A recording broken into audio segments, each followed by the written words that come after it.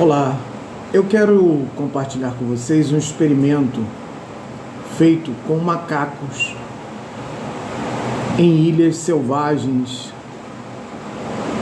do Japão. Cientistas observaram que uma espécie de macacos selvagens de uma determinada ilha adoravam batatas doces. Só que eles detestavam o fato dessas batatas estarem sujas de areia. Então os cientistas pegaram e lançaram várias batatas doces nas areias da praia. E ao jogarem essas batatas doces nas areias da praia, começaram a observar o que ia acontecer daí em diante. E os macacos pegavam a batata e ficavam olhando, não sabiam o que fazer com as batatas, porque elas estavam sujas de areia. Eles se incomodavam com a areia da praia. E esse experimento continuou. E curiosamente, esses macacos sempre voltavam à praia para olhar as batatas que estavam lá lançadas, desejosos de comer, e não comiam porque estava sujo de areia. Até que uma macaca resolve pegar uma das batatas, levar na água do mar e banhá-las. E ao trazer de volta aquela batata doce limpa, lavada com as águas do mar, começou a comer deliciosamente, e todos os macacos passaram a exercer o mesmo procedimento. O mais curioso disto não é esse aprendizado, é o fato de que na ilha inteira, macacos que não tinham contato direto começavam a exercer o mesmo procedimento, depois de batatas doces serem lançadas nas areias da praia. E como se isso não bastasse, os cientistas fizeram o mesmo nas ilhas vizinhas, ilhas com as quais os macacos não mantinham nenhum tipo de contato. E ao jogar essas batatas na areia, eles nem sequer paravam para estudar a situação. Eles simplesmente pegavam a batata e iam no mar e lavavam as batatas. Coisa que não faziam antes. Este é um dos experimentos, dentre outros, a fim de confirmar o que nós chamamos, o que a ciência convencional chama de campo mórfido, mas que nós chamamos de akasha. Akasha é a região do universo, ou o éter sagrado, onde todo o inconsciente coletivo tem pleno acesso a todo e qualquer aprendizado adquirido em qualquer parte do planeta, em qualquer época. Eu dei essa introdução falando de experimentos científicos convencionais, a fim de que possamos entender que este campo mórfido, ou akasha, ele pode ser acessado por uma coisa chamada ressonância quântica. Eventualmente podemos chamar de ressonância magnética, uma vez que tenhamos esta ressonância sob o aspecto mental, nós conseguimos nos comunicar telepaticamente. Uma vez que tenhamos esta ressonância a nível emocional, nós conseguimos chorar, nos entristecer por situações que eventualmente não condizem com uma realidade mais próxima. O exemplo disto eu vou citar. Eu já me vi várias vezes preocupados com situações relacionadas a pessoas e eventos que não são do meu cotidiano, que não me dizem respeito. Pelo menos na vida encarnada que eu me encontro no presente.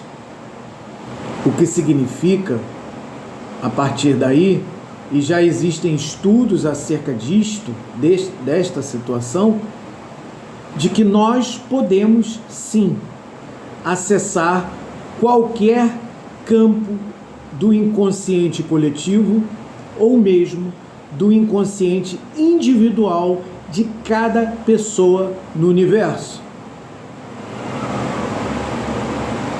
Isto se dá por ressonância, isto se dá por frequência.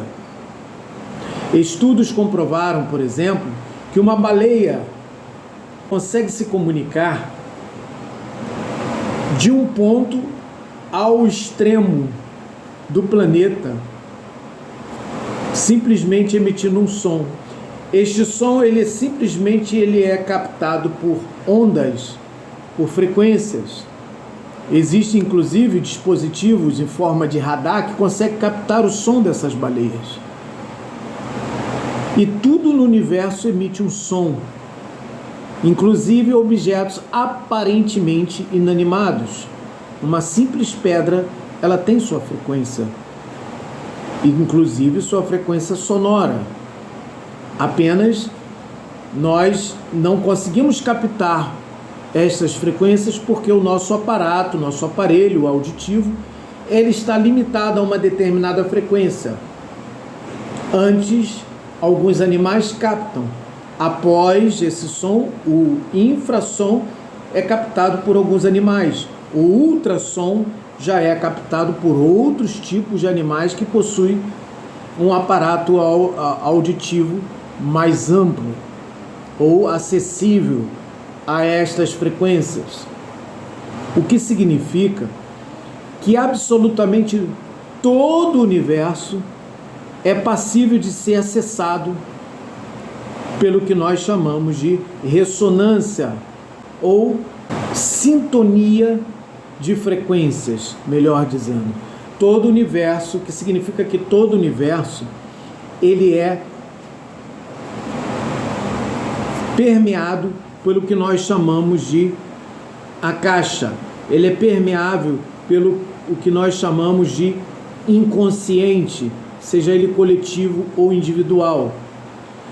O acesso ao inconsciente coletivo, algumas pessoas chamam de profecia. Alguns seres têm a capacidade de captar informações e tendências, como no própria inteligência artificial faz, consegue captar tendências que ditam um potencial futuro. Isto chama-se profecia. E isto consegue, inclusive, mostrar-se de forma plasmática, de forma projetiva, ou seja, o inconsciente coletivo, diante de uma tendência de escassez de chuva, consegue prever, com esta tendência, que um evento de seca numa determinada região é previsto para uma determinada época do ano. E não estamos falando de dados basicamente históricos, mas que essas informações elas podem ser captadas em qualquer momento, a qualquer tempo e espaço. O que significa que é possível acessar o Akasha de forma que ele fique como a tela que você está me vendo aqui agora. Eu consigo ver o passado aqui e o futuro aqui, irmanando-se num eterno agora. Até que, da mesma forma, isto é possível ocorrer acessando o inconsciente individual de cada ser. Ao acessar o inconsciente individual, o que nós chamamos de subconsciente do indivíduo, nós conseguimos identificar uma eventual tendência para uma determinada patologia. Isso muitos já fazem dentro das terapias holísticas, a exemplo da apometria acessada por alguns médiuns que conseguem identificar determinado evento do passado exercendo uma influência no futuro. Isto é possível através de o que nós chamamos de captação psíquica. Na aposofia, nós conseguimos solucionar estas questões a partir do momento em que nos colocamos acima desse inconsciente. Ou seja, conseguimos acessar o inconsciente, seja ele coletivo ou individual, porém de forma direcionada, de forma objetiva, de forma consciente, a fim de mudar padrões de comportamento, a fim de mudar crenças acerca de quaisquer situações, sejam elas mentais, emocionais ou instintivas, e conseguimos inclusive modificar completamente as sinapses que ocorrem no cérebro deste paciente. Ou seja, se ele tinha tendência a ter uma determinada reação sobre um determinado evento, esta ação poderá ser modificada a partir do momento em que se mudou a programação original. Se antes, por exemplo, antes o coco ele era aberto de forma manual,